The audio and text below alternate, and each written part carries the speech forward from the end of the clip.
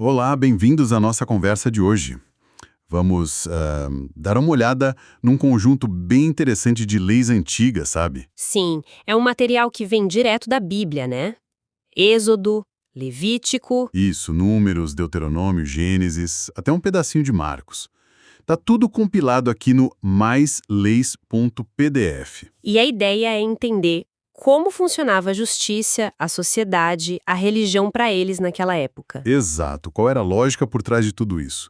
Ok, vamos lá então. Desdobrar isso. Com certeza, e olha, essas leis são uma janela, sabe? Uma janela incrível para o pensamento jurídico, social da antiguidade. Mostra como eles tentavam pegar uma orientação, que para eles era divina, e aplicar em coisas bem práticas. Tipo, A briga por causa de boi, sabe? Um boi que machuca o outro, ou como cuidar dos mais pobres, como organizar o culto. É um jeito de ver como eles buscavam viver com regras definidas. entendi.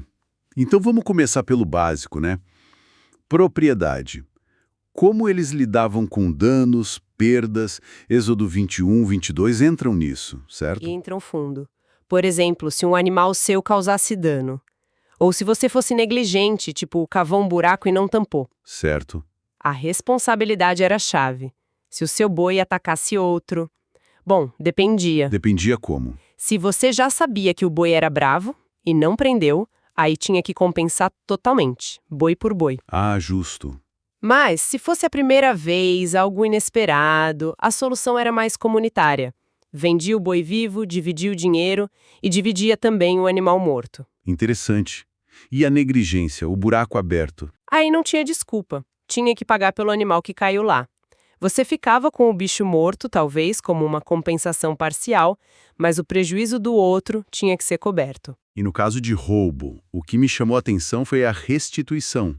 Parece que era mais do que só devolver o que foi roubado, né? Muito mais.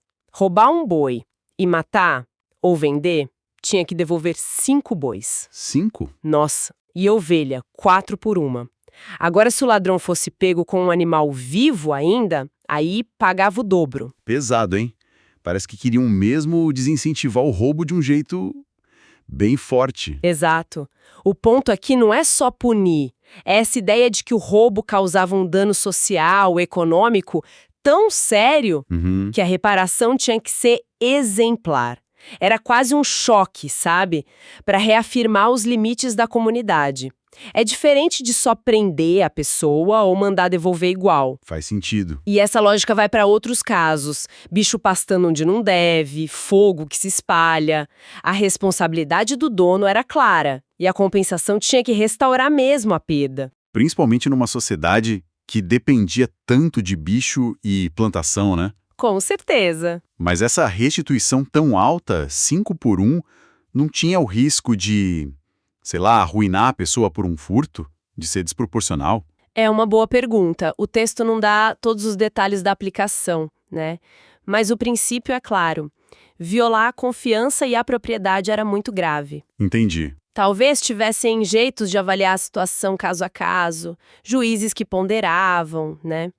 A gente vê regras também para coisas deixadas guardadas com alguém. Ah, tipo um depósito. Isso, se fosse roubado, o ladrão paga o dobro. Se não acham o ladrão, os juízes investigam quem estava guardando, para ver se não houve má-fé ali. E tem regras para animais emprestados também. A responsabilidade muda se o dono estava junto ou não. A complexidade mostra que eles buscavam uma justiça para cada situação. Compreensível. Essa ideia de responsabilidade e reparação é bem marcante. Mas as leis iam além do dinheiro e dos bens, né? Como elas moldavam as relações sociais, a ética. Sem dúvida. A gente sai do patrimônio e entra no tecido social mesmo. Êxodo 22 e 23 falam disso. O que tem lá? Tem regras sobre relacionamentos, por exemplo. Se um homem seduzisse uma moça virgem não prometida em casamento, Sim. ele tinha que pagar o dote e podia ter que casar com ela. Ou, no mínimo, compensar financeiramente. Mas, por outro lado, Tinha as proibições bem pesadas, né? pesadíssimas, feitiçaria, bestialidade, sacrifício para outros deuses. O texto indica pena de morte para essas coisas. Claramente eram vistas como ameaças à base da sociedade e da religião deles. Certo. Mas o que salta aos olhos mesmo para mim é a preocupação com os vulneráveis. A ordem para tratar bem o estrangeiro. Sim. E ainda lembram, porque vocês foram estrangeiros no Egito. Usar a própria história como base para a ética é muito forte. Muito. E isso se repete, né? Repete. E conecta direto com a proteção das viúvas e dos órfãos. Chega a ter uma ameaça de intervenção divina se eles fossem maltratados. Uau! O que me chama a atenção é que essa proteção não era só um detalhe, sabe? Era um pilar, justificado pela história deles. A libertação da escravidão. Isso dava um peso enorme. Faz sentido. A gente vê isso também na proibição de cobrar juros dos pobres da própria comunidade e na regra de devolver o manto que alguém deu como garantia antes do sol se pôr. Por quê? Porque podia ser a única coberta da pessoa para a noite. É uma busca clara por um mínimo de misericórdia, de equidade ali. E essa busca por justiça vai até o sistema legal em si, pelo que vi em Êxodo 23. Sim, ali tem regras fundamentais para a integridade da justiça. Não espalhar boatos, não seguir a maioria se for para fazer o mal, Impressionante. ser imparcial no julgamento, não favorecer o pobre só por ser pobre, nem o rico por ser rico, até a ordem de ajudar o jumento do inimigo que caiu. Mostra uma ética que vai além da amizade. É verdade. E claro, as proibições básicas, não fazer acusação falsa, não aceitar suborno, coisas que corroem a justiça. O material que a gente está vendo resume bem. O objetivo era corrigir as más tendências, garantir segurança, eliminar o mal e cultivar bons relacionamentos. Parece um projeto bem ambicioso de sociedade. A lei tentando moldar o caráter das pessoas, a comunidade toda. Não só punir quem erra. Exatamente. É um sistema onde lei, religião e história estão totalmente amarrados, usando tanto a autoridade divina quanto a memória do povo para guiar o comportamento. E falando em religião, isso nos leva ao próximo bloco, né? As práticas religiosas. Sábado, as festas. Êxodo 23 já começa com uma coisa bem diferente. O ano sabático. Sim. Isso é muito interessante. A cada 7 anos, a terra não era para ser cultivada intensivamente. O que nascesse sozinho era para os pobres e para os animais. Uma ideia com implicações ecológicas e sociais bem fortes, né? Fortíssimas. E essa lógica do descanso aparece toda semana no sábado. Era para parar o trabalho, não só o dono da terra, mas os filhos, os servos, os estrangeiros que moravam lá e até os animais. E as fontes dão motivos diferentes para isso, né? Dão. Êxodo 20 liga ao descanso de Deus na criação. Deuteronômio 5 liga à libertação do Egito. Um lembrete semanal. Vocês já foram escravos, agora são livres, então descansem e deixem os outros descansarem. E a passagem de Marcos ainda diz que o sábado foi feito para o homem, não o contrário. O foco é o bem-estar. Exato. Coloca a necessidade humana no centro. Além do sábado, tinha 3 grandes festas por ano, que exigiam ir até o local central de culto.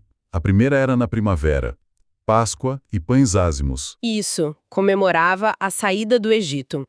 Os textos descrevem rituais que se repetem em outras festas.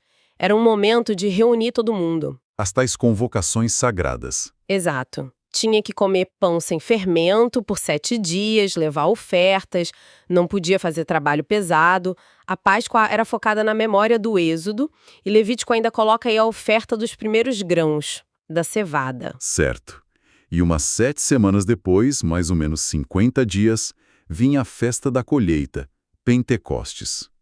Essa era para quê? Como o nome diz, celebrava a colheita principal, dos grãos. Tinha os mesmos elementos, reunião, ofertas especiais, tipo pães feitos com a nova farinha, descanso. Mas tinha algo a mais, né? Tinha.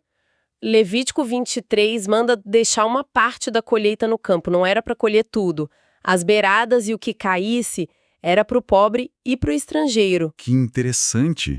E Deuteronômio 16 fala da alegria. Era para celebrar junto com todo mundo, servos, levitas, estrangeiros, órfãos, viúvas. A festa da fartura tinha que incluir quem tinha menos. Essa integração é muito forte. A terceira grande festa era no outono, Tabernáculos ou Festa das Cabanas. Qual o sentido dela? Essa tinha um sentido duplo. Celebrava a colheita final do ano, frutas, azeitonas, uvas, mas também lembrava o tempo no deserto, quando eles moraram em tendas, em cabanas. Ah, por isso o nome.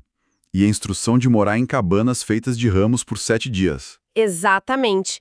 E, de novo, convocações sagradas, muita alegria, ofertas super detalhadas. Números 29 descreve muitos sacrifícios para essa festa. E, mais uma vez, Deuteronômio insiste. Deixa adivinhar, incluir todo mundo na alegria. Incluir levitas, estrangeiros, órfãos, viúvas na celebração. A alegria não era completa se não fosse compartilhada. Fica muito claro. Essas festas não eram só feriados religiosos. Elas organizavam o tempo, a agricultura, a memória e a prática da justiça social, tudo junto. Totalmente. Eram momentos centrais para reafirmar quem eles eram, de onde vieram, criação, êxodo, deserto, mas sempre com esse cuidado com os necessitados embutido na própria celebração religiosa. E a quantidade de detalhes nas regras das ofertas mostra que levavam isso muito a sério. Muito a sério. E tem até proibições curiosas, né? Como aquela de não cozinhar o cabrito no leite da própria mãe. Provavelmente tinha significados culturais que a gente não pega mais hoje. Sim. Então, tentando amarrar tudo que a gente viu nessas fontes, é um sistema legal bem completo. Cobre propriedade, com essa ideia forte de restituição. Regras sociais e morais, com uma proteção muito clara para os vulneráveis e para a justiça. E organiza a religião em torno do sábado e dessas festas anuais cheias de significado que também incluíam a todos. Parece que vida diária, ética, adoração, era tudo uma coisa só para eles. Exatamente. A análise da fonte que usamos sugere isso mesmo. O objetivo era regular a sociedade inteira, guiar o comportamento em todas as áreas, promover justiça, misericórdia, um relacionamento certo com Deus e com o próximo. Dá para sentir uma responsabilidade comunitária forte, né? E a importância de lembrar sempre das origens, dos porquês. Muito forte. É um retrato complexo e, em vários pontos, bem diferente do nosso jeito de pensar lei e sociedade hoje, né? Com certeza. Totalmente diferente em alguns aspectos. E talvez aí esteja algo para a gente pensar. Como é que entender essas leis antigas, com essa lógica delas, essa restituição que quer consertar o estrago social, esse cuidado explícito com quem está na margem como um dever quase histórico, essa mistura de fé e vida prática, como isso pode, sei lá, provocar a gente a pensar nas nossas ideias de lei, de justiça social, de comunidade hoje? É uma pergunta excelente. Fica para a gente levar. Com ela, a gente encerra essa nossa exploração focada nesses trechos legais que vimos hoje. Obrigado pela companhia nessa investigação. E como um pensamento final, pegando o gancho do que a gente discutiu, se a gente elevasse a sério princípios como essa restituição que busca curar a sociedade, sabe? Ou a ideia de que proteger os vulneráveis é o termômetro de uma sociedade justa. Ou essa integração de ética e espiritualidade no dia a dia, até na economia, na agricultura. De que jeito esses ecos lá do passado poderiam inspirar ou desafiar a gente hoje, com os dilemas sociais, legais, éticos que a gente enfrenta? Fica aí a reflexão. Inscreva-se em nosso canal. Se você gostou deste conteúdo, compartilhe com outras pessoas. Inscreva-se agora e fique por dentro das últimas novidades.